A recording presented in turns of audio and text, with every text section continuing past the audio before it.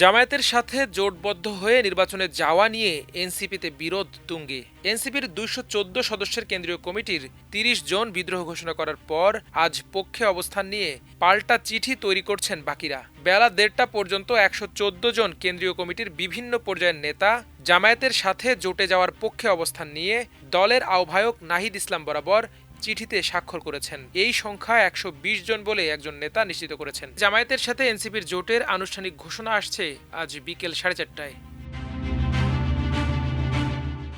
এদিকে বিদ্রোহীরা একে একে পদত্যাগ করছেন। আজ রোববার ভেরিফাইড ফেসবুক অ্যাকাউন্টে দীর্ঘ পোস্ট দিয়ে এনসিপি থেকে পদত্যাগের ঘোষণা দিয়েছেন দলটির আরেক যুগ্ম আহ্বায়ক তাসনুভা জাবিন। ওই পোস্টে তাসনুভা লিখেছেন, আপনারা অনেকে ভাবছেন হয়তো জামায়াতের সাথে জোটে ঐতিহাসিক কারণ বা নারী বিষয়ের কারণে আমার আপত্তি। এর চেয়েও ভয়ঙ্কর যে কারণ সেটা হলো যে প্রক্রিয়ায় এটা করা হয়েছে। এটাকে রাজনৈতিক কৌশল, নির্বাচনী জোট হিসেবে লেভেল দেয়া হচ্ছে। আমি বলবো এটা পরিকল্পিত, এটাকে সাজিয়ে এ পর্যন্ত আনা হয়েছে। তিনি আরও লেখেন, এটা আদর্শের চেয়েও অনেক বড়, সেটা হলো বিশ্বাস। মাত্র কিছুদিন আগে সমারোহে সারা দেশ থেকে মনোনয়ন সংগ্রহের ডাক দিয়ে ১২৫ জনকে মনোনয়ন দিয়ে ৩০ জনের জন্য সিট সমঝোতা করে বাকিদের নির্বাচন করতে দেয়া হবে না। এই সিদ্ধান্তে সিলমোহর বসানো হয়েছে।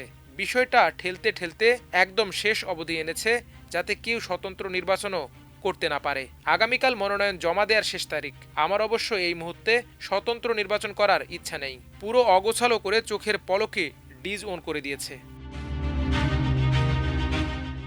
এর আগে গতকাল এনসিপি থেকে পদত্যাগ করেন দলটির জ্যেষ্ঠ যুগ্ম সদস্য সচিব ডাক্তার তাসনিম জারা। পদত্যাগ করে তাসনিম জারা এনসিপির দলীয় গ্রুপে লেখেন, প্রিয় সহযোদ্ধাগণ, আমি দল থেকে পদত্যাগ করেছি। গত ১.৫ বছরে আপনাদের থেকে অনেক কিছু শিখেছি, সেজন্য আন্তরিক কৃতজ্ঞতা। আপনাদের জন্য শুভকামনা রইল।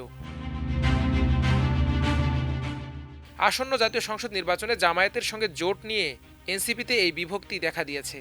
জানা গেছে, গত বুধবার এনসিপির নির্বাহী পরিষদের বৈঠকে উপস্থিত থাকা নেতাদের ৯০%ই জামায়াতের সঙ্গে তাদের জোটের প্রস্তাবের পক্ষে মত দেন। এরপর জামায়াত আমিরের সঙ্গে বৈঠক করেন এনসিপির শীর্ষ নেতারা।